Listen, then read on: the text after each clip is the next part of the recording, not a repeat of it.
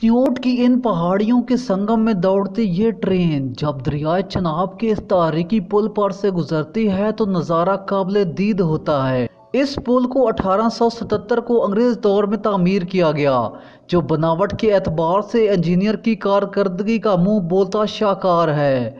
दूर दूर से आने वाले अफराद भी इसके शहर में खो जाते हैं। दरिया पर पुल और पुल पर ट्रेन, जबकि पुल की छत पर तामीर सड़क पर कभी ट्रैफिक गुजरती थी। पुल ने अपनी मियाद पूरी की तो 2001 में कंक्रीट का पुल तामीर करके इससे ट्रैफिक का बोझ हटा दिया गया। तारीखी पुल कौमी असासा है और पुल सियाती मरकज का दर्जा हासिल कर चुका है, मगर अदम तवज्जी का शिकार होकर रानाई खोता जा रहा है। दरिया और पहाड़ के खूबसूरत मनाज़र से भरपूर इस मकाम पर लोग सेल्फियां बनाते हैं और अपनी इस जगह मौजूदगी का मंजर महफूज बना लेते हैं।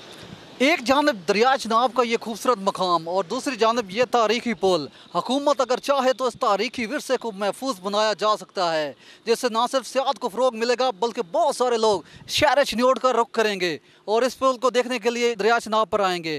टेलीग्राफ चिन्योट से अब तक के लिए इतना ही।